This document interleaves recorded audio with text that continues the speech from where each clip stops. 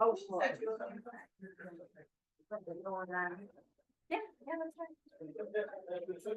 With no drink. You don't have a Well, sleepy, I'm that's not- why she's not. Yeah, I'm not gonna be in a good mood tonight, but here. Okay, let's change it. Just enough time to get salted.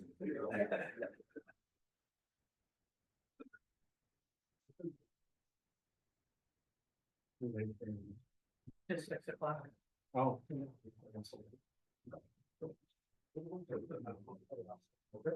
The longest meeting. All right, it's 6 o'clock. Let's call the meeting of City of Tonawanda Council to order. Mr. Clerk, please call the roll. Beasley, Fisher, Here. Roundstrow, Here. Mylum, Here. Cook. All right, at this time, I'd like to bring up David Sutton. Thank you for joining us. Do you know everybody on the council? I believe I do, a lot of familiar faces. Certainly that's something.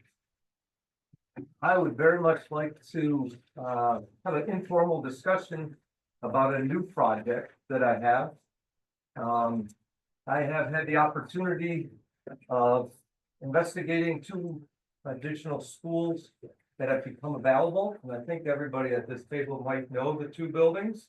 The St. Francis of Assisi School. One is located at 144 Broad Street, and the other one, I believe, is located at 76 Adams Street. Very interested in these 2 buildings. They're beautiful buildings, underappreciated, underutilized. My goal is to bring them back to life, put them back on the tax roll, and fill them with high-end or luxury loft style apartments. Done a little bit of preliminary investigating, and we feel it's a very viable project. The buildings are really in great shape. They're beautiful. They've been well kept. They are underappreciated and underutilized right now. And we would like to take them over, invest some of our money into it and bring them back to life. One of the challenges that we have is that the buildings that we're going to be acquiring don't really have any property associated with them. So we have a challenge for parking. We're looking at possibly putting in approximately 40 apartments. And your code requires, I believe, 1.5 parking spaces per unit. My preference would be to have 2 parking spaces per unit. That doesn't mean that everybody has 2 cars, but it gives us the option plus guests and overflow opportunities. What we don't want to do is introduce a project into a neighborhood where we're all of a sudden spilling onto the streets, neighboring properties, and creating a burden. So our goal is to do 2 parking spaces per. And so we've been spending the last couple of weeks investigating possibilities of acquiring land in the adjacency of these 2 buildings to possibly provide that required parking. One thing I really have to state right now is we do have a contract submitted to the church, and I think the local individuals have approved it, and it's moving on to the bishop, but it does have a contingency.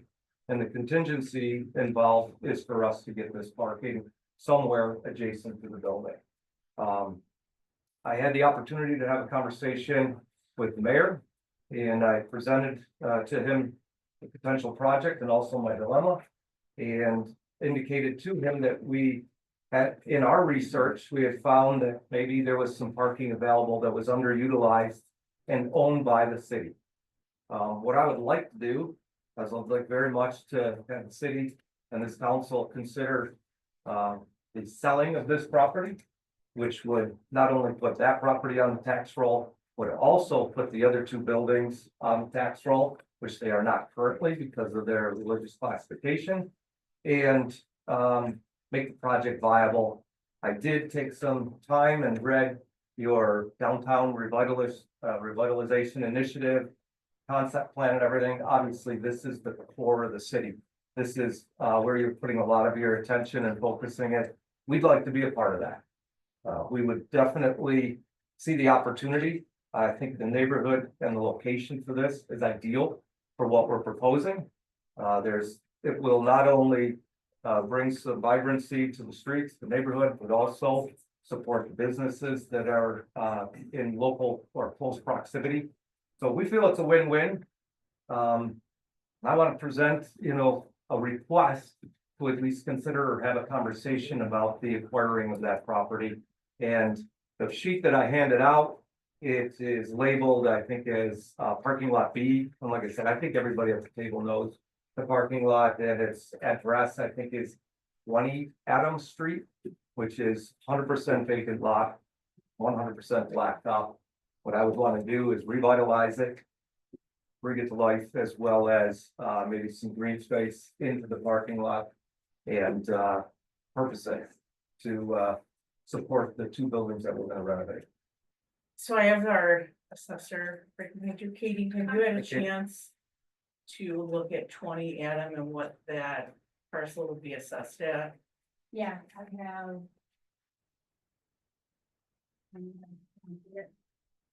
But keep in mind, this was from the revale from 22.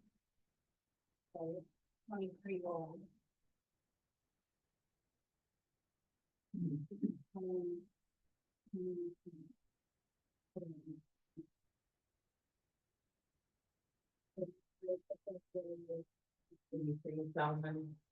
Yeah, right, full market and 3 from the numbers. But we get you a more accurate with current market. So you're looking at this building with all the parking here on the lot, and then Purchase. additionally this? Correct. Correct. And This building C. building? Does building C include this parking area here? Unfortunately, it does not. That's privately owned by the building, which is on Seymour. And I think it's a collection agency. We are pursuing other parking options. None of them support our entire demand, as well as, like, for example, that parking would come with a building and probably would make the purchase of those parking spaces not economically feasible. Can you bulldoze the church? Absolutely not. Are you, given the fair market value, or is that within range of what you're? That was up for discussion right now. I would think that that would be expected. If that is what is part of the discussion, we will definitely be putting that into our pro forma and trying very hard to make that work.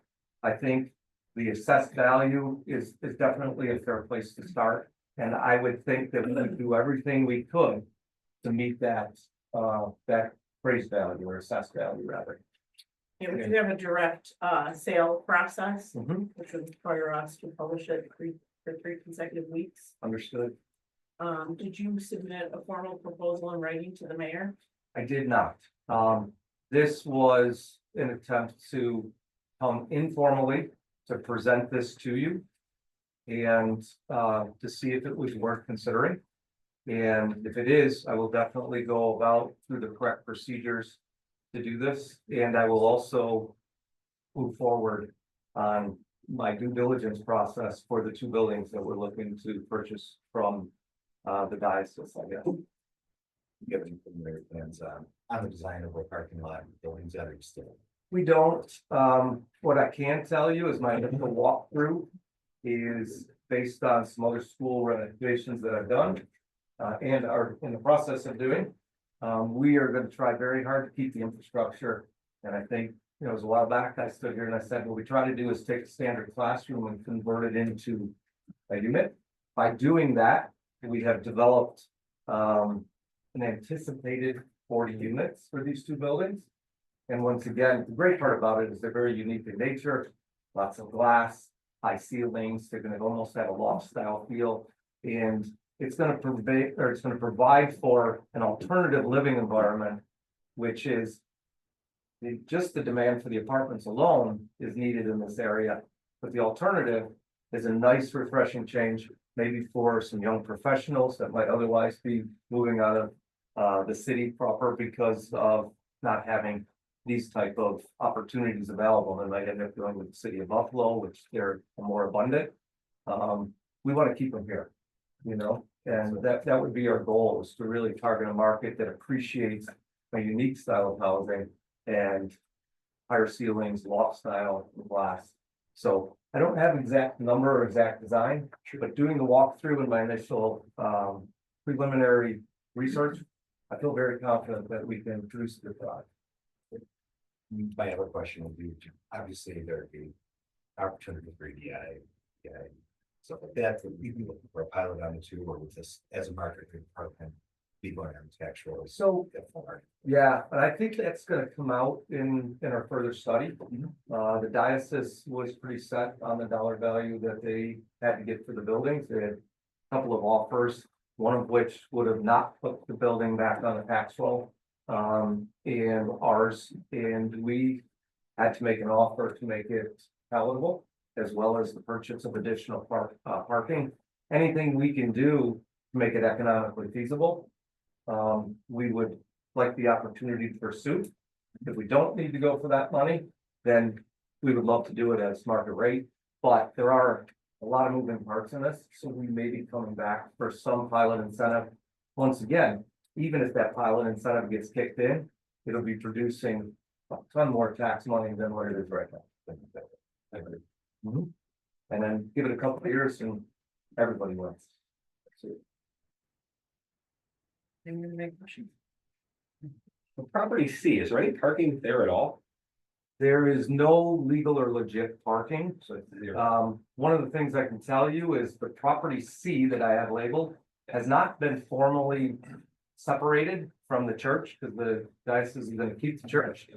I believe they're gonna end up putting the property line right down the middle, so there are some diagonal parking spaces, but there's no way to pull in and pull out, so I'm not counting any of them, because I know those parking spaces have to meet legit standards. Yep. And they have to be practical. I don't see either one of those applying at that location. Is that because of the property line? No, Okay. actually, because if you go over there, It's very difficult. You almost have to come at a diagonal, pull in, come through, and then cut through here to the other church that is, can't be sold because it's mausoleum or the chapel rather. So, and we're not gonna be proposing to drive traffic through that. So we're trying to be as clean and independent as possible, not to be dependent on some of the adjacent properties. And then on property A, how many spots did you estimate? I got about 22 there. 22 parking Okay, spaces. and then property B, I got about 57, you know? So I had the good observation here, so. I had 21 parking spaces that we have legit. And I believe you're right, they were around 57. However. I think it's laid out a little poorly. Yeah. But there's gotta be some easements that'll be associated with this because of the properties adjacent. As well as we would probably be introducing some green space and some snow storage areas, which would reduce the potential number of parking spaces. But I think we have enough, and we may even have a little bit of a surplus there, You're shooting for 60 spots, basically. ideally. Which means I'd have to pick up, so I have 48 parking spaces owned by the city lot. Okay. And then I would love to have 80 parking spaces, but 60 is required by code. So one of the problems we have here in the city is approximately mid-October to approximately end of March. We cannot park on the city streets tonight. Correct. So the residents rely on these type of lots. We have Polvers, one of them, this one. If you buy this and dedicate it all to A and C, because you need to meet your quota for your apartments, we are now telling the residents that have relied on this parking, they're gonna have nowhere to go. Right. Is there any contingent to put like any amount of public parking in there? Yeah. Overnight parking in the winter? I think we could probably, I'm open to it for sure. I think it makes things a little more challenging. Because now, right now, this, and when I talk to the mayor, I'm like, oh, you have overnight parking. I'm like, but you guys maintain the lots, shovel the lots, plow the lots, everything. And that's great. I said, sign me up. You know? You plow it. But I don't think that's a fair request. So I would be more than willing to work out any type of agreement. I'm not here to isolate any neighbors. If we have a surplus, we would gladly work into an agreement. I believe that most of the overnight parking might be associated with the building to the north. I don't know of anybody else, maybe, yep. Who is the apartment designated spots? He does in the back. Yeah. And, Yes. And we gave a couple extras out in the lot, a while ago, too. if need be, In lot B, Not in lot B. Up They're front. up front. Yeah. For So- overnight parking on this part. here. Yeah. Yes. So John had said two things for that. He said, well, we might have to make an agreement for Joey's place to park up front and have overnight parking, which there seems to be a surplus there. Or I offer, I could approach Joe Dallas and maybe see if I can give him some, lease him some spaces and he can partake in maybe some of the maintenance costs and we'll work together. And I think there is a surplus. Ideally, we would like 80. If we get 60, we probably will move forward with this project because there is public parking that's available in different places for visitors and stuff like that. So I really only have to have that 1.5 parking space per unit. So all of this is up for negotiation. I'm not coming with a formal proposal today, because I realize there's a lot of things that are variables, and we're open to all of them. I'm more than willing to be a good neighbor and a part of the resurgence of the area, rather than some problems that might be created. I'd like to avoid them if at all possible. Hey, would it be possible? Across the street south of that, it's the old residency, you can see right where St. Francis Church is, okay, there's a parking lot there owned by the church, from what I have on my map, that's what I'm checking, you know. Yep. Possibility to grab that, or, you Yeah, know. so that's funny, because if you look at my map here, I have all the parking spaces we've been pursuing. I didn't do that because. Sure you can. Oh, this one right here, Fellowship of God's Word, this here, this has been vacant for forever. I don't know if you're looking to buy and bulldoze. Buy and bulldoze the property, but it's vacant and it's for sale, and that would accommodate your letter C, which is different, we have different. methods. Yeah. But you're here, you could, this, Mhm. I'm spitballing. Yeah, but which we're open to all of that. I'm not This is. a fan of bulldozing buildings. I'd rather restore. I mean, I don't want to create more voids in the city It's part of proper. the church, and that's their Um, church lot too. I'd rather keep the ones that are up and take advantage of the ones that are now vacant. I would ask, how many people would actually, from this neighborhood, would actually be using this? Using B specifically? Well, my next question, that I was gonna say, but I don't know if we know the answer sitting at this table, is next to Freehold and Hamp on our maps, that's a city lot too, is that an overnight city lot? No. No. So we could change that to an overnight city lot. Yep. If B was to go private sale, everything to him, our residents can't use B, you could move overnight public parking to behind Treadle, we wouldn't be plowing B anymore. We'd just pick up the plowing over there and Yeah, I mean, I have to assume a little bit for the kind of apartments like these are market rate in our downtown. Also ties into the comprehensive plan and everything else, but we're trying to make the area a little more walkable.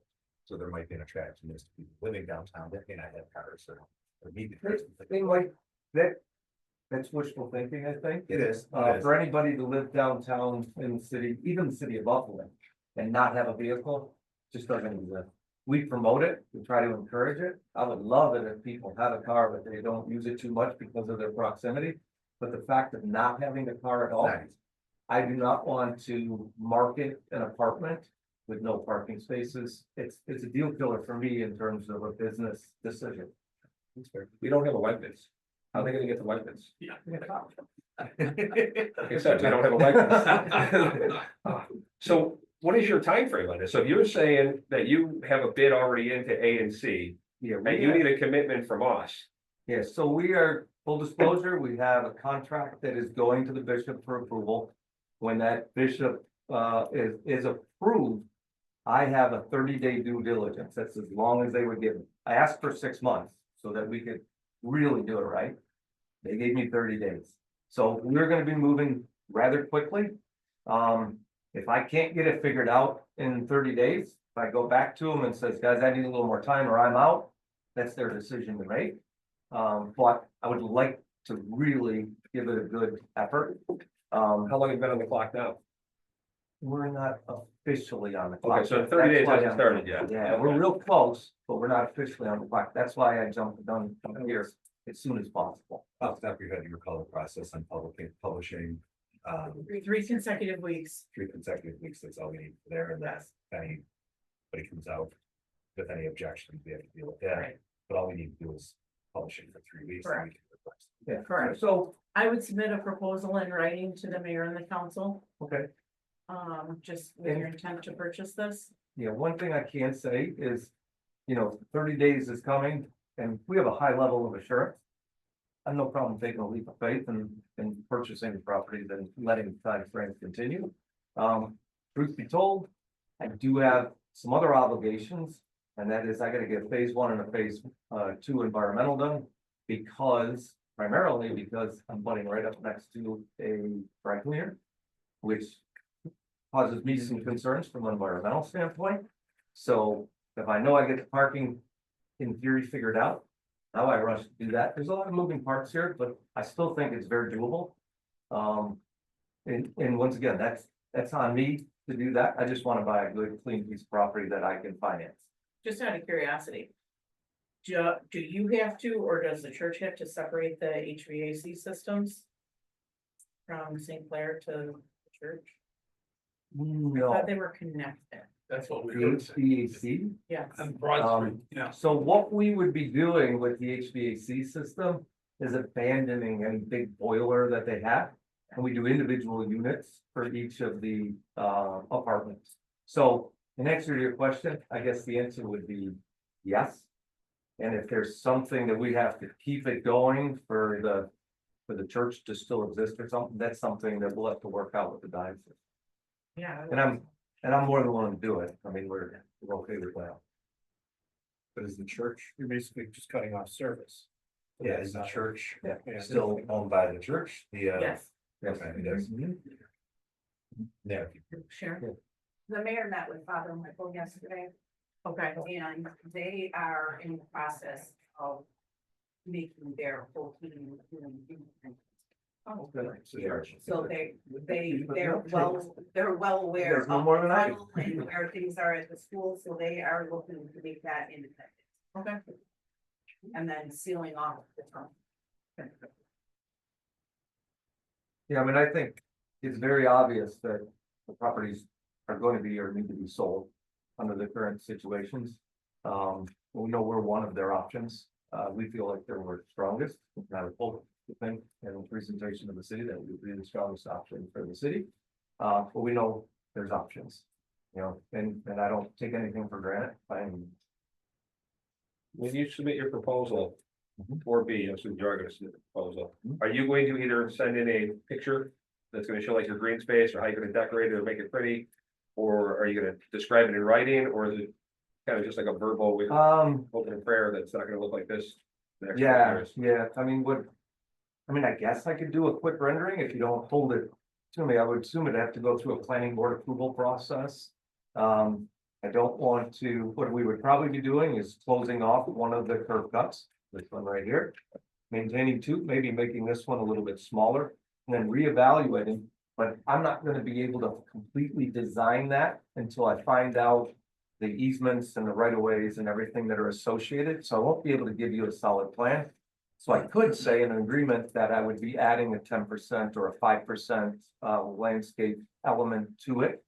With the final design to be determined. Yeah, I like that, if you could define landscape. And the reason why I say, try to rephrase this. There's a business over on Main Street. Recently, they were given an award. All they took was cement, almost looked like old sewer cement boxes. Put them there, spray painted them gray, threw a few marigolds in them and said, yay, we beautified it with beautiful landscaping. It looks like crap, Okay. but they call it landscaping. That one's. Really more of a deterrent when the cars get in the car accident, they don't smash into their parked cars, they're almost like barriers, but they put some marigolds in them. So that made it landscape. Yeah, So I, when you say I'm gonna decorate this and I'm gonna make it pretty, I'm picturing old cement sewer things with some mud and some marigolds.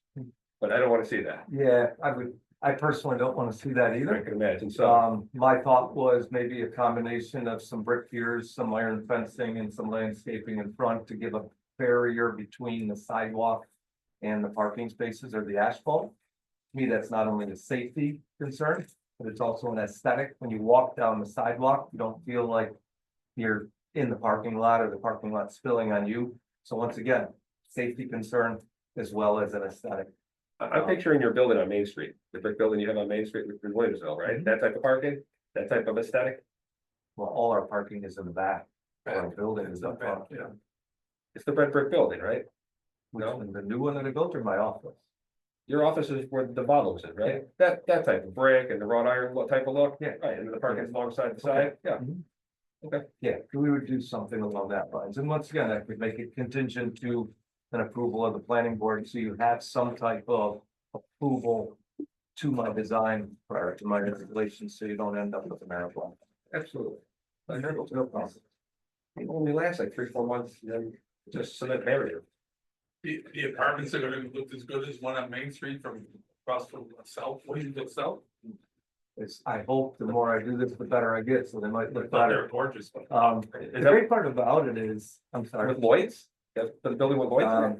No, I designed that one too, but the one just in front of it, I invited the, for all of you to go and visit. I think we had a taker, and they turned out, He wanted to live pretty there. good. It wasn't senior living. Yeah, so they did, I mean, they turned out very well, very similar finishes. It will have kind of an industrial kind of vibe or feel to it because of the windows and the high ceilings and stuff. It'll be more similar to my property at 460 Wheatfield. And once again, No pain school. yeah, the old Colonel Payne School. I feel like we're gonna have more of a vibe like that there. Thank you so much for coming in. Any Okay. other questions for him? Next step is formalize an offer and get it to the mayor's And office, the correct? Yes. And the health. All right. Thank you. Thank you for coming in. Thanks, David. Thank you for your time.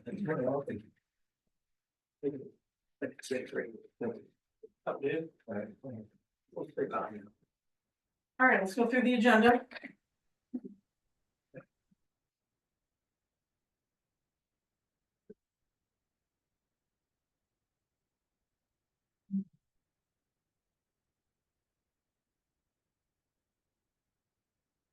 How many minutes? Any questions? All right, on the bills. I was answering. Were there any questions on the bills?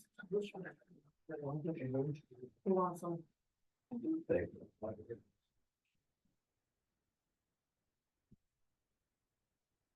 Okay, resolution 3. Questions, yes. Many questions. Does this letter from the youth board, youth bureau, does this correspond with your resident board?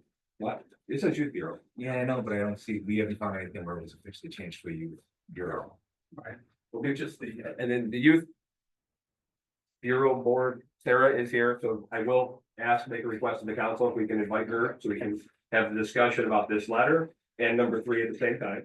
Absolutely. I'd also like to say, I think this is the first one this year where somebody's trying to amend the budget to remove it, like to lower it. So in the police department, when someone's on the radio talking too much, we used to give them the Golden Mike Award. I got Jim the Golden Scissors Award for the first cut. Got the golden scissors, my friend. I don't find that funny.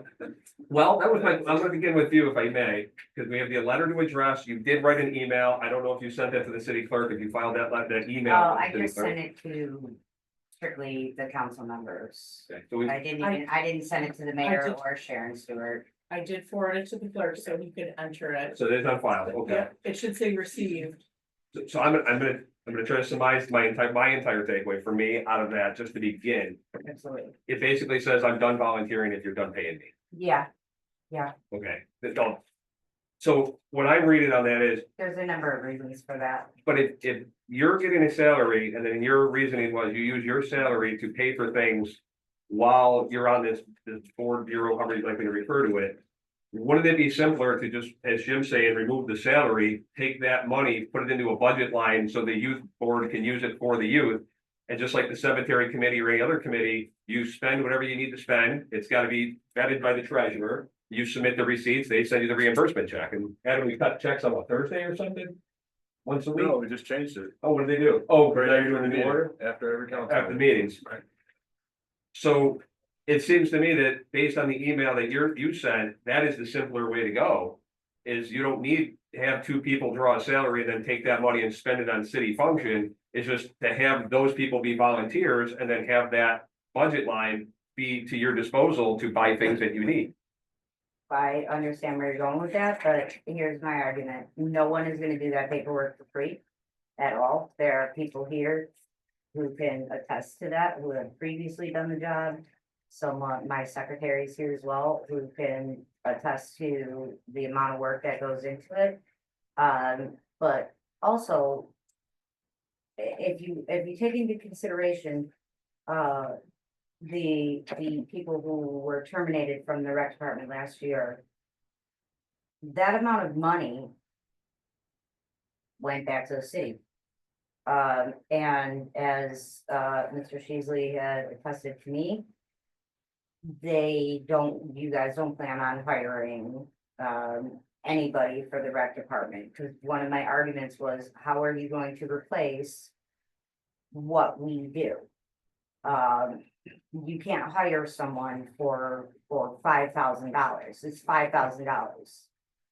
I mean, in the grand scheme of the budget, that's less than 0.02% of the entire budget. And a friend and advocate of mine just told me the other day, like, if this is the hill you guys want to die on, it doesn't make any sense. It's $5,000. But I can assure you, we are a very cohesive group. We're loyal, and we have worked hand in hand with Dave Nadeau, when he basically got thrown into his position and done a fantastic job. He has made clear that, yes, like, our help is a necessity. It is a necessity, but no one's going to do all that stuff for no money. Furthermore, the pay, it's $5,000 split between two people. It's not, I think my paycheck, when I actually cash it, it's like $290 some a month. It would be a devastating blow to the rec department. Let me cut you off. It's $420.92 a month you get. No, I don't. I'm not saying post tax. And was this $420.92? Is that for two of them or? No, one I for- I might even Well, have one of my that's- pay that's stubs not in here. true. I cash a check for approximately $290 some a month. Cindy, what's yours? 101. So that's where the $420 comes from. So you're 101, so you're $319 and she's 101. Yeah. A month. Yes, that's like obviously before taxes are paid. Yeah. But to my point is, you're saying no one would volunteer to do that. You're helping the Parks and Rec. I'm not, it's not to say that somebody would step up and take over. But this is an organization that's been, well, I can't say organization, I guess entity of the city that has been around for decades. And it's always worked, it's always just been a thing. But- I can't understand why is the $5,000 so important in the grand scheme of approximately 30 million? Can I ask that question then? So I was looking at those numbers, that $5,000 and then there's like $250 on awards, and that's pretty much the whole budget of the youth board. So you're fixated on the I'm $5,000 sorry, salary can you line. repeat what you just said? Your budget line has about $5,000 for salary Mhm. and $250 for awards. If I remember that correctly? And that's your whole budget. It's like a $5,200 budget for the whole year. If we get $250, that's news I to didn't, me. I didn't pull the one, but there's like 4 lines, 2 of them are zeroed out from the previous years, but if you are saying that there's no other budget line and we're fixated on the 5,000, why does the 5,000 have to be for salary? Why can't the 5,000 be for the youth of the city? Because wouldn't that entail you having to put it into the rec department? Put it in the youth board, we put it in the cemetery board, I mean, so. we give money to the my whole Well, south there board, wouldn't give money to be, the there cemetery wouldn't board. be, there Some of the wouldn't be a lines youth from board. the rec center is. used to Technically, there is support no the- youth board, just to clarify the difference. Youth Bureau, prior to, how we do things now. We used to receive funding from New York State. And with that, we had to disperse it to other organizations within the community, which required site visits and it just. The volunteers would have to go out and do it, and it just wasn't worth the. I don't know, it was like $3,000 to $5,000 that we would disperse for to like the Boys and Girls Club, and there was one other one. We stopped doing that, which is when we were no longer beholden to having a youth bureau and board. That's when, the city attorney in 2023, he actually dissolved the youth board by name, and we became the youth bureau. That's the best I understand it. If I'm wrong, feel free to correct me if somebody knows different, but that's how I have understood it. But just in referencing things, we just still refer to like the bureau as the two paid people and the board as all of our volunteers. It's my understanding that came out a couple months ago when we asked about it, we asked if there was some sort of memo for the change. The board of your bureau, doesn't seem like anybody was able to provide it to us. Yes, Chair, I have it. It was November of 2023. Right, we never, to my knowledge, it's never been I changed. remember from seeing your it. board to Yeah, bureau. We asked, I don't recall ever seeing it. I asked for the memo on it, we never actually received it. To my knowledge, every reference to it has been moved forward in every communication and every letter and that's come across, appointing members to it. It's been moved forward. You said it was November 23. I believe it was November of 23. Mr. Clerk, can you check the records from November 23? Sure, I can do that. It was written by the city attorney. And we asked months ago, and we have never received a memo on that. I think it wasn't a memo, just so you know, I think there was, There was no correspondence at all that was provided. to right, us. I believe it was in a meeting. There's also a number of records that are missing, from people who served in my position prior to myself. Prior to Mr. White, taking office. Why things are not around, that part of it has nothing to do with us, but on a payment scale, like there are records that are just not available. Regarding like people who held the previous director's position prior to myself and even the individual that I succeeded. Can I throw my 2 cents in? Please, because I'm gonna keep going then. Well, I don't want to interrupt your. No, please, I got stream of those. consciousness, okay? So here's my thought. We've got a lot of things going on in the city that are pertaining to the youth, right? Major thing coming up to renovations at Cole Pool. I think at this point, having as many people willing to help is going to benefit us. Did you see half that event was us?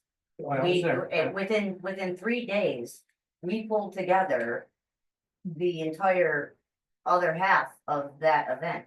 Without us having been there, without the work I did in 3 days, we would not have had I'm- those things. I'm leaning in support of you, so. Let me go, Okay, okay? But I thought that was a great event. I just wish I had gotten out there. Good actions. I know, but I think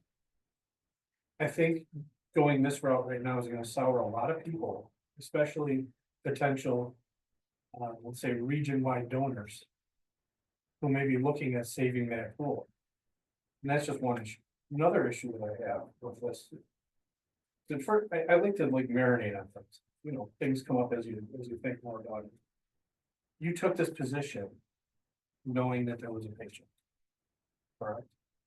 yes, I'm not saying that you took it because of the paycheck. Yes. But knowing that there wasn't, yes. correct? To me, as a city person or anybody. To take that away now is. It's almost like a breach of contract type of thing. Where you guys were appointed, you took this job, you were under the understanding that. you were gonna be paid from whenever you took this position until whenever you leave the position, correct? At least in this calendar year, I would say, at least in this budget year. To me. I don't think it's right to say at this point of the year, where there's, what is this, July? July, 6 months left in the year to say. Sorry, we're not gonna pay you. I have a moral problem, not a moral problem, but an issue with that. And to Um, your point, they also like used to just give one straight stipend, like it's not essentially a salary, it's a stipend. It's just the way the city does it, they break it up month by month in case like I wig out and I'm like, you know, I quit, I'm done. For sure. Then they don't have to pay me for the rest of, you know, the term. That's why it's broken up that way. So if I quit right now, I think the youth and we're better served with $2,000 this left. Approximately, right, 2025. To say, and that's for lack of a better term, but this is a budget time issue, not a July issue. This is an issue that we talk about in October for the following year, so when these folks. Either come back or decide. Well. The people coming in know what they have to deal with or what they're facing when they sit in. Not the threat of. I might lose this funding halfway through. So that's my 2 cents, and I'm gonna stop there and. and turn it to back over. piggyback on that, this has, without question, hampered our decision-making processes, because we're not sure, like, if we're going to cease to Correct. exist tomorrow, which causes a problem for Parks and Rec, who we have a huge event, in mid-August. I'm not gonna invest my time and everything in it if I know we're gonna be dissolved, we're gonna be defunded, why would I? So Well, it's see- kind of like delaying planning with things. Yeah, and that's the other issue I have. Go ahead, I see Yeah. him, I see him, When does your term expire? 27, I believe, 26, So 12/31/26, you believe? yes. You know, I'm the one that brought this about. I'm not even gonna read the 3 pages of notes I had from July 3rd, 25, less than 25, and some phone call that she made to me. I would love She you wanted to to, fight. yes, that's wanna how fight. it went down. That's really intelligent in the world. And she says her father would not want to. My point of this whole thing is, this should have been volunteered years ago. We're paying somebody to do a volunteer job. Now, you get it for cemetery, you get it for Court of Appeals, you get it for traffic, they get a stipend of $30. That's my point. This is supposed to be voluntary. I always thought that until I realized that it didn't show in the budget when it came out this past January. And I looked at it and said, well, where's it go? And then I come to find research, Sarah's getting money, Cindy's getting money. I think, okay, where's the youth? And they're good. You know, they run a bottle drive, you plucked a few dollars. I was involved, even though she says I wasn't involved, but I made 9 meetings last year in 24. I made 2 this year. That night, I asked her, what have you done this year from January to that date? It's hard to answer Hey, your can I questions when you're finish, yelling please? over me, that's what you do. You were extremely Can I explain disrespectful. myself? Wait a minute, time out. You're yelling at me and I'm not gonna get into that, No. okay? Let me explain what I'm saying. That's And not I how it asked a happened. number of times, please tell me what you've done from January to now. I knew there was a book thing. I was there the night it was decided. I was there the night decided that they gave $100 to the special people in town. It was a distinguished alumni, $100. I don't know why that's not used. They decided. And I'm thinking, okay, what have you done? And nobody said, she couldn't answer that. I'm saying, Sarah, give me what you've done. That's all I have. If I've missed those meetings, please share with me. All I want to know is what you did. And she kept saying, well, you be there, you know. Yeah, I didn't make the events like here or there, the youth days or whatever. But just share with me what you did. I'm your liaison, tell me I can afford you. No answer, no answer. That's As all. liaison, it is your obligation to be there, to be there. This is why you started yelling at me on the phone. You got very upset with me that night. And Because please, all you said, your please- father. was please gonna don't, do this. please don't lie in front of all these people because Oh, you know exactly what happened on that phone call. yes, I do, my wife does too, she listened to the whole. Yep. Yeah. right. I know, I Amazing. wasn't alone myself, and I it didn't know is yesterday. very clear what happened. Mhm. You failed to mention that I ended up in tears by the end of that conversation. You used inappropriate language, you were demeaning to myself and the people that I work with. Okay. Your so- rhetoric was awful. So hold on a second, okay? I think, You can laugh, it's not funny to me, it was very disrespectful. Well, you know, And I when don't you deserve lie, to be Sarah, spoken when to you like lie- that when you when I lie, do so much. I'm sorry. I'm fine, I'm not talking. okay, I think what we can do to kind of reduce some of the stress, I know you file the reports with the mayor's office, right? After every meeting, like After every meeting. within 48 hours, 72 hours. Usually like I just come upstairs from downstairs and just slide it under the door. Okay. Just so any committee, board, whatever in the city, yes, the council appoints in the rules of order who the liaisons are. And the council liaisons can attend as many meetings as they wish or not attend as many meetings as they wish. It's really what they put into it. The council president is always that second chair for liaisons, okay, for any of those committees or boards, okay?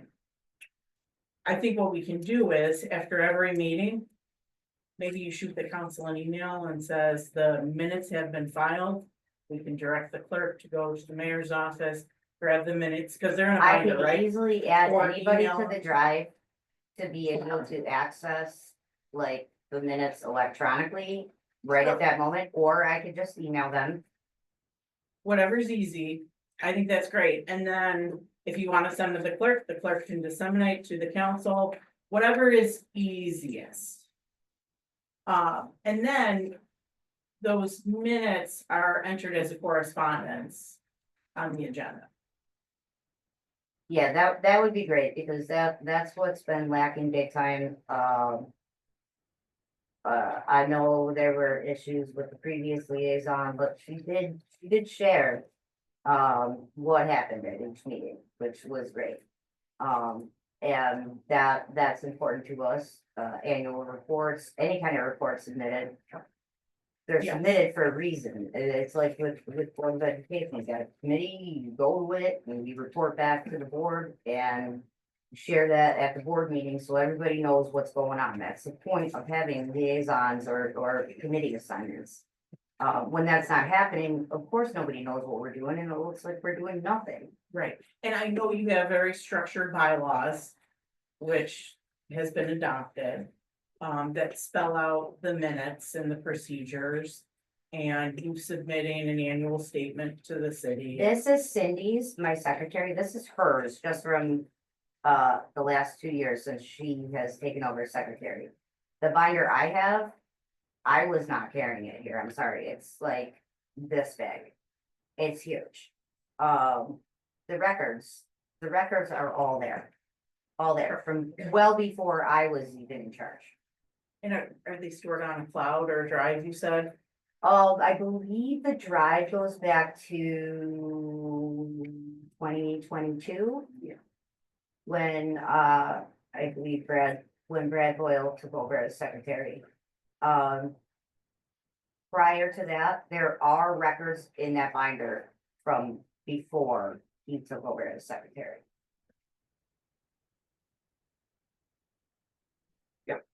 Okay. Keep spitballing here, we'll keep going down the line. So your official letter here that you filed and signed, are you requesting that Jim be removed from your liaison? Yes, the reason I sent that letter is, number one, he does have obligations on Monday nights that he's made clear. But he had not been to a single event, since May of 2024. And his attendance to meetings is sparing. Furthermore, we are all aware of his, opinion of us, I guess is the best way to put it, and it doesn't provide for a very conducive, or productive environment for us. And also, like, I don't get it. But it's just not, it's not a good environment. We would like to have somebody who can actually relay the information back to Yeah. the council and the community. That's what's important. Like, it's not being, there's no information sharing. So I think we resolved that with the access to the drive, with, you know. you He's said- had access to the drive. Right, so like I explained before, so council liaisons are appointed by the council president and they're adopted in our rules of order, okay? The council president is the second chair to all committees and boards, okay? Given the fact that, you know, there's an election coming up, your liaison will remain the same. However, the council president is the second chair to that. So if Mr. Sheasley's not able to make a meeting, certainly, you know, I'll do my best to make it, but the minutes will be available via you sending them to the clerk or you sending them to the council. It's the same as if you're on traffic and safety, right? Or no, you're on traffic and safety. We get It's the it, same, yes. it's I the get same both. thing as if Mr. Sheasley can't go to traffic and safety. We'll still get the minutes for the Civil Service Commission. We'll still get those minutes from that board. So you're requesting that I send them to the council members, because like previously the liaison would just take the minutes from the meeting and have them. I would suggest that you email the minutes after they've been adopted by the board to the clerk will disseminate to the council after he adds it to the agenda as And official in- correspondence. In addition to putting them in the binder that, Or, by the way, you guys can access it anytime in the mayor's office. They have the binder. I'm always up to date with everything. Cindy and I are on point with that. or, you know, copying the mayor and the administrative assistant or the secretary where they can print and put it into the binder and disseminate. I think we could just do a better job at that. That way, we're all aware, to Mr. Milam's point, when we're all sitting down in October looking at the budget, we now have the history of the Youth Bureau Board. Same thing with what Traffic Safety has done, the Cemetery Board, Twin Cities Task Force for the Homeless, et cetera. Yes, One comment on that. 10 years ago, we started with the DocuScan. Most of the documents were put into the system, searchable. They will be disseminated to us, even if it's a photocopy. You can see the OCR scan, search for word by words. Are these getting scanned in by the post office? Do we still continue to do that? No, I have them saved on the drive, to which the liaison had access to, but said he doesn't do that. We keep our own records. This is, like I said, this is Cindy's, mine's at home, so I'm not carrying in the binder that big around. And then there's one always available in the mayor's office. If that's something that you guys would have to Maybe, explain to me. I how would we can Not highly saying do that. do, but I'm recommend. saying it's a resource that we've had for years. Okay, It's something that could be handled by the clerk or the administrative assistant to get these into the system, so they're readily available, electronically available, so we can access them anytime. Yeah. I think that would be helpful. In case of this. yeah, and they're stamped with received and the date. so then that would essentially remove the need for the drive, like for the liaison or somebody to have to Now, have. if you're saying have put to writing access. electronically on the drive, I'm sure it'd Yes. also be uploaded. Okay, I mean, it would eliminate the binder, it would. And then if anything, well, I'm a firm believer that you should always have a paper copy of everything, so. Yeah, I don't disagree. it's another copy, another resource. Sure. But it also shows transparency on what the Bureau has accomplished. Yeah, continuing to spitball, I agree with your thoughts that this isn't, this resolution, beautiful resolution, it should just be in October And what we should do is then, if this is what we would talk about in October is.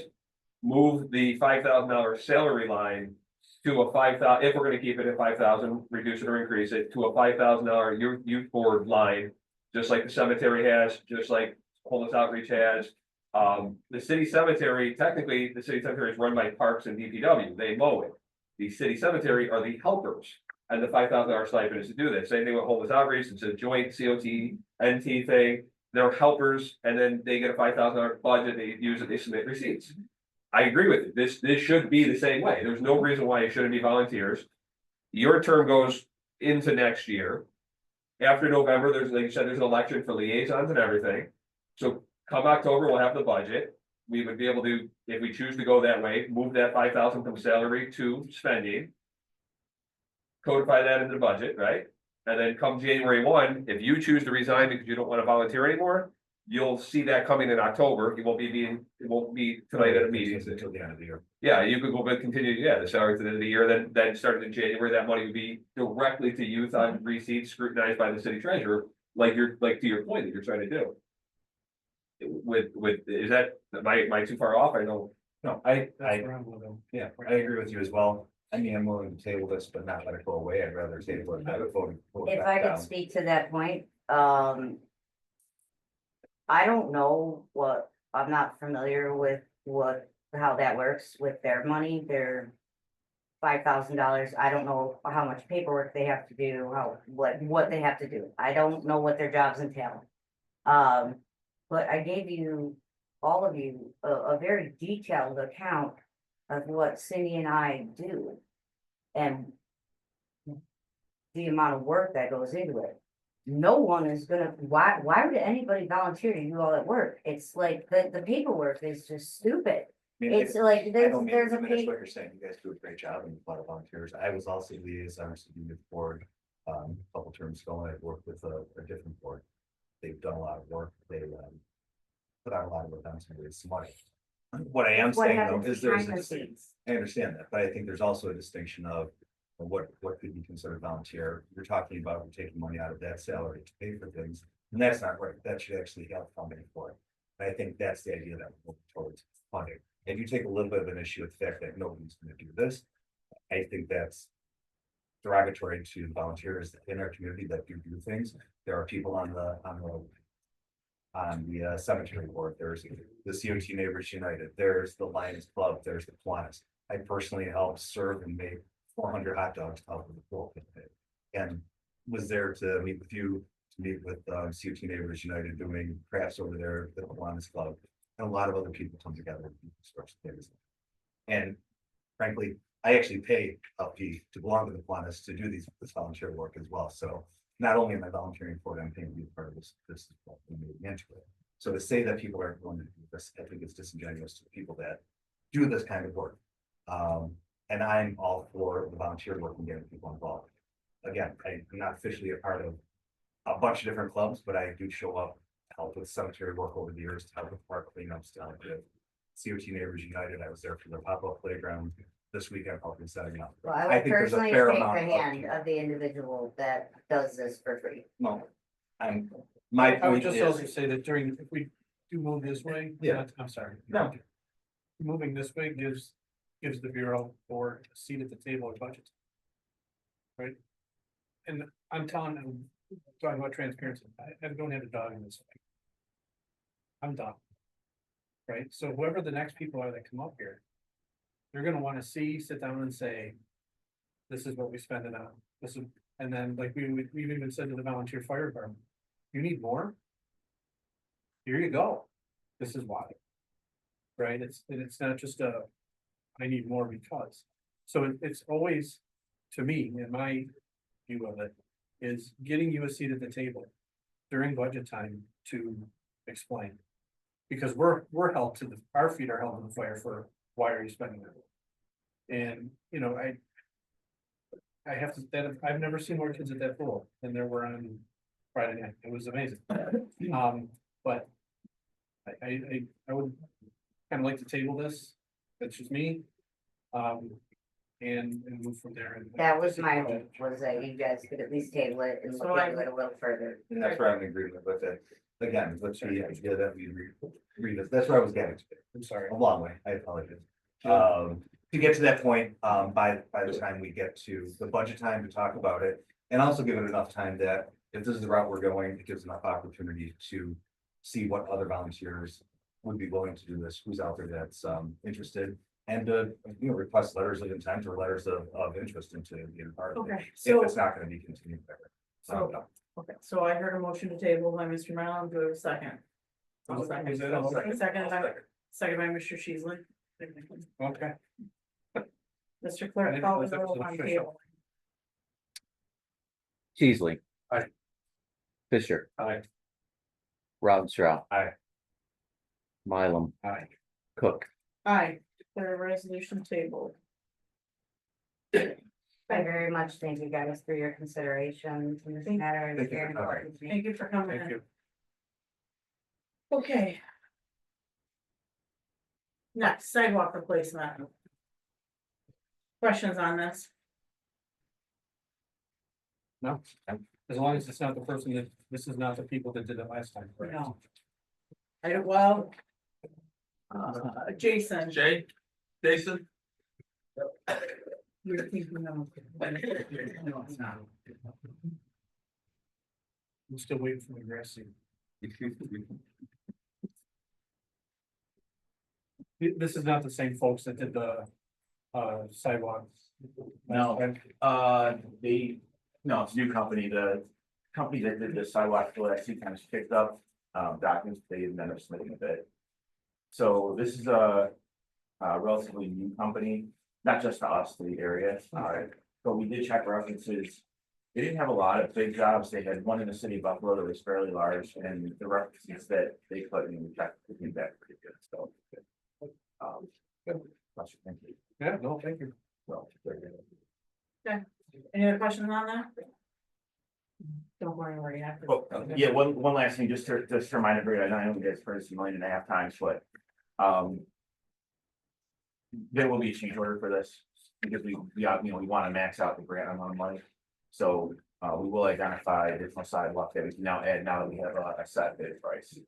So, probably in about a month, we'll get the change order. Okay, next, award of the Niagara Street Mill and Overlay drainage improvements. Questions on that? Anybody want it? Mr. Armstrong?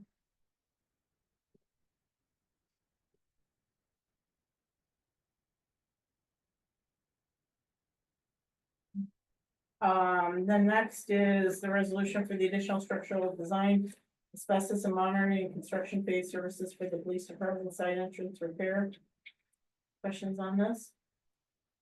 Hold on a sec. Is this an air monitoring station they're putting in? No, so this is actually all associated with additional work that was uncovered when we did the demolition. So, Jimmy, when you come in, if you're down in the gun range, there's that little entryway where the concrete's lower, Right. where you come in from the side door. That's where we found was falling in the initial structural issues. So once we chipped out that floor, so we could put in the new floor and the mat that we drain and solve the water problem, we exposed 2 steel I-beams that run the length of the building that were on either side of the entrance. Those were all curled out. So they had to be cleaned, and then we had to put in welded steel plates on both sides. And then the wall behind that, the actual foundation wall, like where the door comes in, there was some cracking. So we had to investigate the cracking. So we had to rip off those acoustic tiles and the FRP panels that are down there. And we had to move one of the sound baffles on the ceiling to get in and sound it. But that is, you basically start to take a hammer and you hit the concrete to see if it sounds hollow, which we found. So we had to then chip away concrete, which exposed the bar, which was rusted, which caused the concrete to start popping. So long story short, there's a lot of all structural issues with the foundation wall, as well as the both I-beams on either side of the the change order from the contractor will be coming next week. It's not going to be that bad because we do have an allowance that'll cover a big chunk of it. Okay, do we have executive? We're good?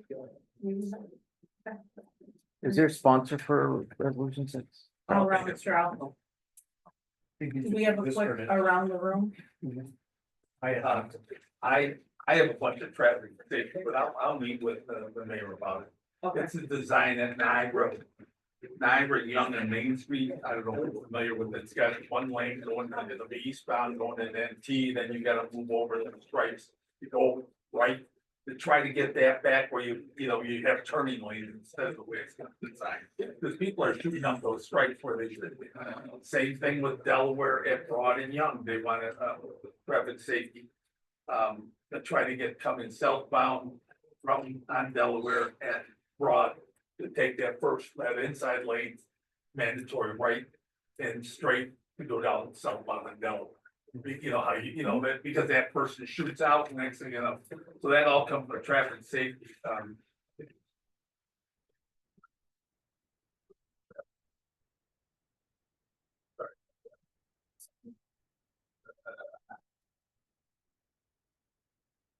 Then the turn arrow on southbound Delaware at Camp, as the mayor's always said, you gotta go through the lake to take a right.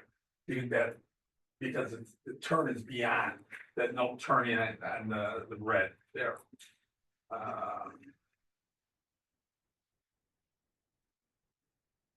No, they've also requested no standing signs on Adam at Kohler, both sides, because people are parking right up to the intersection. The same thing on Franklin and Adam, you know, how they're just parking right up to the curb. People don't understand, even, and Bob and the chief and the men know that you can't park there, but they don't get there all the time. And put the sign there that people are more knowledgeable. Last thing, e-bikes, I don't know if you ever seen that sign that is a clearance. Has nice signs at every entrance to e-bikes. E-bikes are not allowed on the path. And I know they said with the Worthing's investigation that they're not allowed. People don't know that because the people, we know that, we got nothing but a problem with e-bikes. Put those signs there, rails to trails in the park and down at the now street. I'm just throwing it out. that Yeah, way. do you have a picture of what the signs look like? Yes, I can't find it. I have one, it's not here, this is, Yeah, that's- this is a New Jersey one, Oh, okay, and that's, it says, no motorized. yeah, very simple. I can send an email Yeah. to Clark. Yeah. But I this is can't just, find this is that just yet. one they have on a boardwalk in New Jersey, no motorized vehicles, e-bikes or e-scooters on the boardwalk at any time, so we would just change the word boardwalk to bike path. Yeah, no motorized vehicles, e-bikes or e-scooters on the bike path at any time. All you do is specify the e-vehicles because not necessarily motorized. They're not, well, they're motorized for DWI purposes, but they're not, they're because they go, they're not mopeds, they're not registered with the DMV. They're both, Right. they can be both cycled Correct. manually or, And that's what they do, the minute they put the pedals on, they say, yeah, I'm bicycling, Yeah. but they're bicycling at 32, whatever, 26, 18 miles an hour. We had the Art of the River walk the other day and the bikes were just blowing through. Yeah. And some of these bikes are like small motorcycles, Oh, yeah. the size of these, the wheels are, the size of motorcycle tire, moped tire, yeah, they're not pedaling, correct. They're starting from a dead stop, feet on the pedals, throttle, dead stop, it goes, but it's bicycle. So, it's very interesting concept. So it's hard to say catch, I mean, but if we more, I guess it's the learning material. We need more signs. Yeah. Bang, bang, bang, but yeah, they're ignorant of the idea. And that gives them some way to enforce. it. Right, exactly, say, hey, you just went by a sign, dumbo. Well, that's the easiest part about the bicycle enforcement would be that if they have the sign to say you went by the sign. Versus you didn't know, I didn't know I couldn't have an e-bike, it's a bike path, and now you're writing a city ordinance or a DTL for a bike on a electric bike on a bike path. Where the catch-all then would be the 1110A, this will be a traffic device, throw it on the sign and just make, you went by the sign. And then it gives them the tool to actually step up the enforcement, is the sign itself, not the actual bike on bike. You throw a little bell and bicycle on there, red light, white light, all that stuff, right? Did you have anything for around the room? Yes. I'm cutting the scissors for the. Cause I'm going back to Jim's idea, short-term rental registration fee. Airbnbs, basically, right, VVRBOs. Is there anything in the works? Have we made any headway with that? She sent me all the, out of 4 or 5 municipalities. I mean, there's a lot of lingo in there and, it's one of those where, my questions, how do we get the people that are already, guy over here, whatever, Niagara Shores? Do we, he has it, how does he grandfather in everything? That's, It's the decision of whatever this board decides to put in place. I thought you just wanted examples. I sent you. right, you did, and I'm trying to, Did we get copied of that on that? No, it was. I'll send it back, I'll send it back, yes, I'm sorry, Okay. I should have sent it. But I was trying to do some verbiage, with that to try to, I wrote it down and I didn't write down where I got, I'm pretty sure North Carolina just enacted something like this, right? I thought Grand Island. It was great. Just read it in the Buffalo News. That's why I Yeah. brought this up. I summarized for Mr. Sheasley in my email, so if you wanna share it. Right. The local surrounding municipalities that have one in place and those that elected not to. not to, okay, Because I believe most of them elected not to. not to. We did North Carolina like that too. I'll send that out later tonight. They table it for now. But it's all in the memo. I'll Well, forward. I think there's a lot of different ways you can go with it, but I think the key thing is to have a point of contact probably. So when there is an issue, when there's a problem, there's something that goes sideways. Yes. That our law enforcement, our code enforcement can actually reach out to the owners of it and hold somebody responsible. I think some of these are hidden under LLCs, some of these are out of the area landlords with no property managers, and we sit there unable to do anything because nobody knows who to get hold of. And I think that's your biggest problem there. Also with an occupancy. They have an occupancy, you know, if a guy's got a house, whatever, 2,000 square feet, you don't have 200 kids in the damn thing. Yeah. That's what they're doing, they Oh. did on, Because once it becomes an Airbnb rentable property, you would have a certificate of occupancy, Right. like the fire department, would say to code. right, They like the American Legion went through that, where if they went over 99 people, they had to have a sprinkler system put in.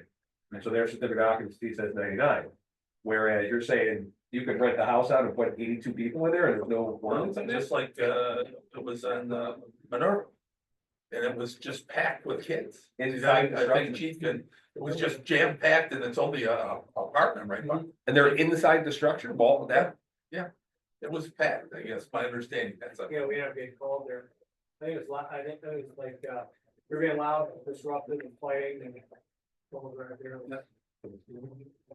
I'll send it to you. Yeah, it's something like this. no, that's it for another one. Sean. Just question about lights, Sharon. Any new progress on lights getting fixed? I know you did, but still no action. No, we're waiting for that. And like I said, you know, the decorative signing was kind of barrier. And so it's materials wait now. All right. Let's take a few minutes before we go on the floor. I'll make a motion to adjourn our informal going to our formal. Do I have a second? Aye. All those in favor?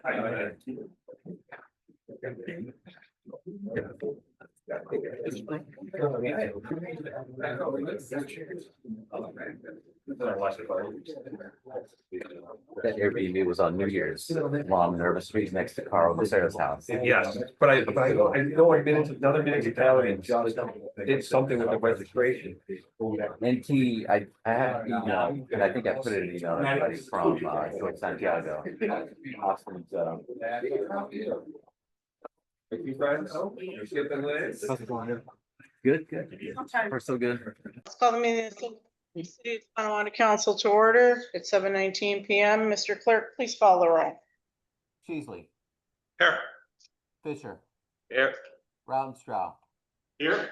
Mylum, Here. Cook. Here, please stand for the pledge.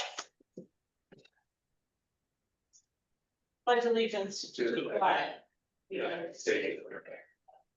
To the republic, which stands, one nation, under God, indivisible, with liberty and justice for all. Please remain standing for a moment of silence. I just ask that you keep in your thoughts the family of Claudia Kurtzworth. She's a sister, she was a sister of Peter and Judy Kurtzworth. She was also a fitness instructor at the Senior Citizen Center, and she recently passed away.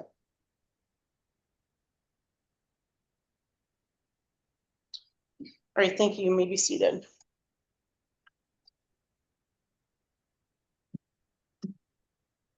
Mayor is absent this evening, and I have the distinguished honor in presenting on his behalf the Veteran of the Month. The Veteran of the Month is going to Daniel Caldwell. He honorably served our country with the U.S. Army from June 13th, 1968 until June 1st of 1974. He transferred to the U.S. Army Reserves on January 14th, 1970, and he was stationed at the U.S. Army Personnel Center in Oakland, California. Daniel honorably served a tour of duty in Vietnam for 1 year and 10 days.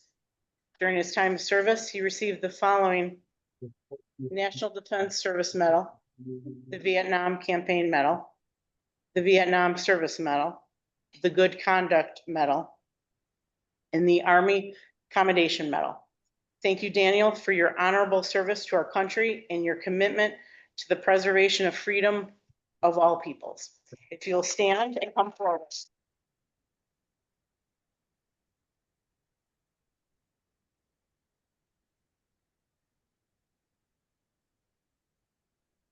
Yes. Here's your certificate of recognition, and this will probably hang in City Hall.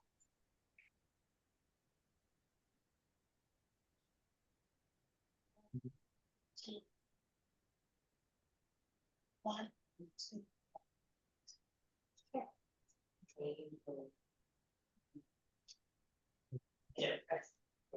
Thank you, sir. All right, at this time, any of your family or friends that would like to come forward?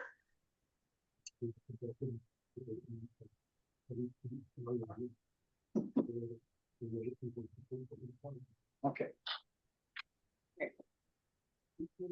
Sure.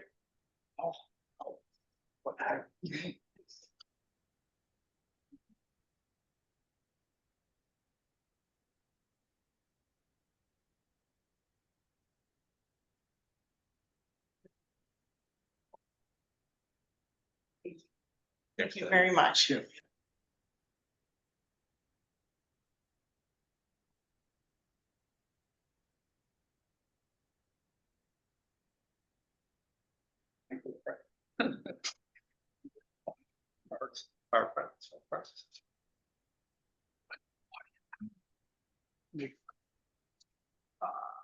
What's it? I just found out about it. Bid openings per your agenda. Communications from the mayor have been ordered and filed. Communications from city officials and correspondence have also been ordered and filed. Common Council is not going into executive session. And resolution 3 has been tabled. At this time, we'll now take comments by the public on the resolutions. For those that are joining us in person, please approach the microphone. For those that are joining us virtually, there's a spot for you to raise your hand. Please do so, and the clerk will call upon you. What's the table? Isn't discussed, right? No, okay. Mr. Clerk, any resident joining us virtually wish to address the council on the resolutions? No, ma'am. Okay, let's proceed. Madam President, Mr. Rounstrau. could I make a motion to waive the reading of resolutions 1 through 6? We have a resolution on the floor by Mr. Rounstrau to waive readings 1 through 6. Do we have a second? Second by Mr. Mylum. Mr. Clerk, please call the roll. Sheasley, Aye. Fisher, Nay. Rounstrau, Aye. Mylum, Aye. Cook, I declare the resolution of waiving readings 1 through 6 adopted. resolution number 1, sponsored by Councilmember Sheasley. Do we have a second? I'll take it. Second by Mr. Mylum. Comments or questions? Mr. Clerk, please call the roll. Sheasley, Aye. Fisher, Aye. Rounstrau, Aye. Mylum, Aye. Cook, I declare the resolution adopted. resolution number 2 by Councilmember Fisher. Do we have a second? I take it. Second by Mr. Mylum. Comments or questions? Mr. Clerk, please call the roll. Sheasley, Aye. Fisher, Aye. Rounstrau, Aye. Mylum, Aye. Cook, I declare the resolution adopted. Just as a procedure, there was a motion by Mr. Mylum to table resolution 3, seconded by Mr. Sheasley. Mr. Clerk, please call the roll on tabling resolution 3. Sheasley. Aye. Fisher, Aye. Roundstraw, Aye. Mylum, Aye. Cook. I declare resolution 3 tabled. Resolution number 4 by Councilmember Fisher. Do we have a second? Second. Second by Mr. Sheasley. Comments or questions? Mr. Clerk, please call the roll. Sheasley, Aye. Fisher, Aye. Roundstraw, Aye. Mylum, Aye. Cook. I declare the resolution adopted. Resolution number 5 by Councilmember Roundstraw. I'll second. Comments or questions? Mr. Clerk, please call the roll. Sheasley, Aye. Fisher, Aye. Roundstraw, Aye. Mylum, Aye. Cook. I declare the resolution adopted. Resolution number 6 by Councilmember Roundstraw. Do we have a second? I'll take it. Second by Mr. Mylum. Comments or questions? Mr. Clerk, please call the roll. Sheasley. Aye. Fisher, Aye. Roundstraw, Aye. Mylum, Aye. Cook. I declare the resolution adopted. At this time, we'll now take comments by the public following the resolutions. For those that are joining us in person, please approach the microphone. For those that are joining us virtually, there's a spot for you to raise your hand. Please do so, and the clerk will call upon you. Mr. Clerk, we have a comment on the floor.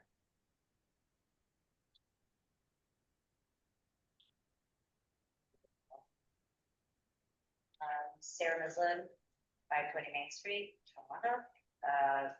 Obviously, I was just in there with you guys, discussing the bureau. I did want to comment on the letter that I had submitted, to Mr. Pena, clerk, to be distributed to you all. It was a combination of things, between what was made understood to be by first word Councilman Sheasley, that Monday nights were difficult for them to get to.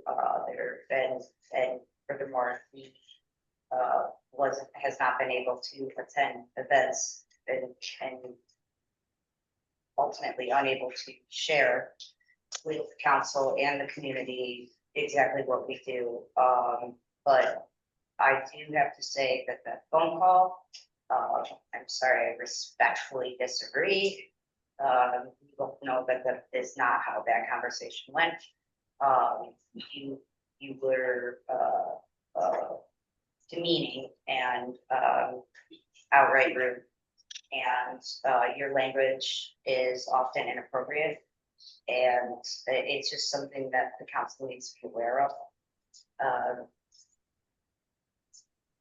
Our kids look up to you guys, and I brought my son here more than one time to witness, you know, what happens, learn civics, learn about local politics, and like by no means should he be seeing anybody behave that poorly. He was also right next to me while I was on the phone with you, and I can assure you, he would attest to how that conversation went.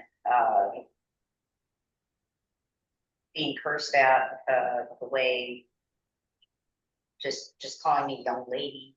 The way that you spoke to me was wrong, and you would ask me a question and not give me the opportunity to respond properly. Simply because I responded, if you were there, you would know, and immediately I would be cut off.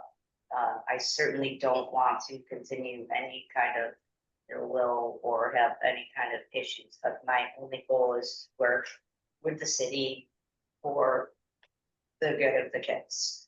That's it. This is not like something I'm seeking to continue. Hopefully you can understand that and we can move forward. And in the next few months while this is tabled, if you guys could just give due consideration, possibly show up to some of the events that we do, that would be greatly appreciated. So you can see what we do. Thank you. Thank you for your comments. Any other comments? Mr. Clerk, we have a comment on the floor. Bill Simon, 6 Plymouth. Just to couple on to what was just discussed about some of the events going on in the city. I have to compliment the council. The pool party the other night. Her group, along with Amanda and her group, brought everybody together. And actually, we looked like adults for a change. And it wasn't political. We were all there for one reason, for the kids. We were able to hold a conversation. We were able to look at alternatives. That's tremendous in my heart, okay? We need to acknowledge that, move forward and see what we can do with going forward with the Clover Pool. Let's not let it go to bed. Let's not become a football. Let's not become your side, I said, she said, or anything else. The way it happened the other night, it's exactly the way it should happen. It's for the youth of the city. So thank you to all involved, and thank you for actually, let's use the word behavior. It was wonderful. Thank you, Mr. Simon. Any other comments? Mr. Clerk, any resident wishing to address the council virtually? No, ma'am. Okay, Mr. Sheasley. I'd like to commend the event at Kohler Pool, especially Amanda Shepler, who's stepping up, trying to write a grant for that. That takes it off the taxpayers. And then thanks to the Kiwanis for cooking the hot dogs. I didn't get one, Sean. And also the Youth Bureau for putting up the slide. Got no problem with kids. Love them dearly. One thing I know is the people in Millstream now are very happy with Luxon and Panero being paid. Luxon was a war zone.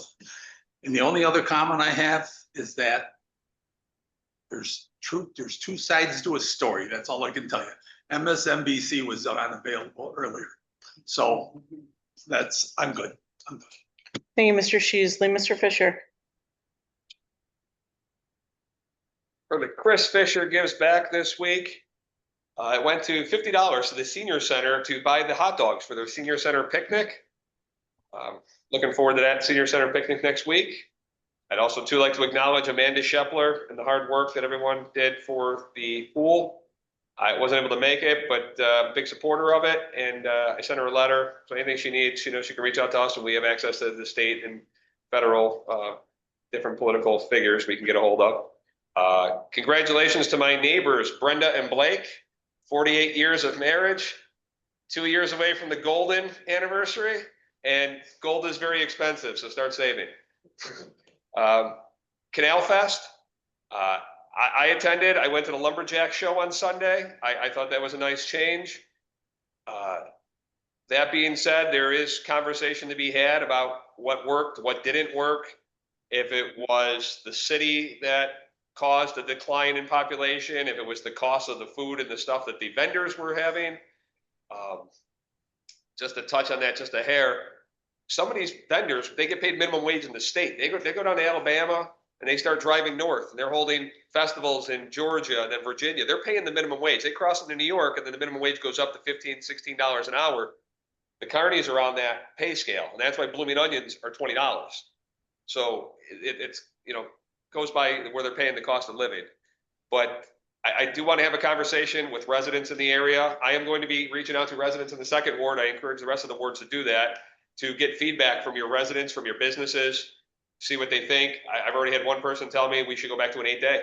There was no reason why we couldn't have been open on Sunday, Monday, if we were only going to be vendors or restaurant vendors on our side. No games, no rides. We should have done the 8 days then, instead of shorting the 2. But that's a conversation to be had. I look forward to it. We do have Canal Fest on the calendar, so I look forward to when they come in and have that conversation. Art of the Riverwalk was also on the same day during the opening day. That was another success by the Visual Arts Board. And that's it. Thank you. Thank you, Mr. Fisher. Mr. Ronstrow. Thank you, Madam President. I too want to thank Amanda Shepler for the work that she's doing. She spoke to our Kiwanis group a couple weeks ago. She's done an amazing job. It's a lot of great energy and bringing people together to get behind the Kohler Pool. And I look forward to seeing what she can do, and I have a lot of faith in what she is doing. To that point, though, and as we're getting closer to budget time and we talk about, cutting lines or discussing that, I mean, we should be having that conversation now. Something I've revisited over the years. For the past 3 years, $5 million has been taken from the reserve fund to offset our taxes rather than being transparent about the rising costs of things, about talking about the fact that the costs go up, and instead using that to offset the taxes, which is eventually just kicking it down the road. $5 million, which is $1 million more than what we're looking for to build this pool. And I just want to reiterate, the point of having a healthy reserve fund, the point of growing that is to be able to take care of one-shot deals, to do some good things for our community, to provide for things like our youth programs over the years continue to get cut. We don't have things for our kids to do. And this is one of the things that we should be focusing on preserving and doing for the kids in our community. That was the whole purpose of the work and working with Sean Ryan to bring in the splash pad, was to do something for the city, for our residents, for our kids. And I think it succeeded, and it's my hope that that was the seeds of growing the recreation center and growing those activities for our kids. Segue into that, we talk about youth board. I want to thank Sarah Missing for coming up and talking to us. You made some good points.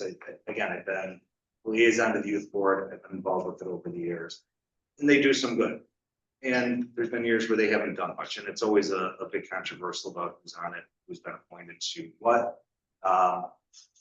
Just want to know, I've seen some of the good work they've done. I've seen some of the good work that people have done over the years. But again, when I look around and especially at Kohler Pool, see what the Lions Club got together. They're not the Lions Club, but the Kiwanis were there. We helped out. The youth board was there. COT Neighborhood United followed up the next day with the pop-up playground. These things that we're doing for the grid kids is great. I think if given the opportunity, volunteers would step up, would be willing to help out and do this job. Again, nobody's looking to defund the actual youth board and what they do. I think funds should be made available, should be earmarked. The members shouldn't be paying for that out of pocket. The city should be paying for that. It's my understanding we have lines, as part of Parks and Rec that should be taken care of as well. Same thing as Councilman Milam said. We talk about our volunteers and things that they do. We just want to hear from you. We want to be transparent, and we want to be able to properly fund what you're doing. But it would be great to see more people step in and volunteer. Finally, I'd like to thank Mr. Sutton for speaking to us. I thank you for investing into our community. Well, controversial, I think the work that he's doing at Riverview is something that's going to help offset our taxes, to put more properties on the tax rolls. And I think what he's looking to do with the St. Francis School, the gym is it's commendable. It's a great investment into our community, and again, ties into what we're doing in town, ties into the DRI. It's great to see this kind of progress. That's it. Thank you. Hey, Mr. Armstrong, Mr. Milam. I just wanted to thank Mr. Caldwell and his family for coming tonight. Thank them for their service. So we're not here anymore. But thank you for coming. That's all I have. Thanks. Thank you, Mr. Milam. I apologize, I'm sounding a little repetitive tonight, but I too also thank Mr. Caldwell for his service to our country, and congratulations on this well-deserved honor. Warriors Walk returns tomorrow. Please join us at 6:30 p.m. at Maynham Park. It's one of my favorite walks of the year. And I also want to give a shout out to Ron Snyder, who's also going to join us, talk to us about the cemeteries. I too would like to thank Amanda Shepler for all of her efforts. She certainly has a proven track record in writing grants and delivering for us in the city of Tonawanda. I know she was able to recently write a grant for the fire department and secure funding for a project there. I'd like to also thank David Sutton and Sarah Mislin for joining us during the informal tonight. I thought the information that you provided us was very beneficial. And I'd like to thank everybody for coming this evening. With that said, I'd like to make a motion to adjourn. Do I have a second? Seconded by Mr. Rounstraw. All those in favor? Aye. Have a great night, everybody. I got my sister. I go. All right.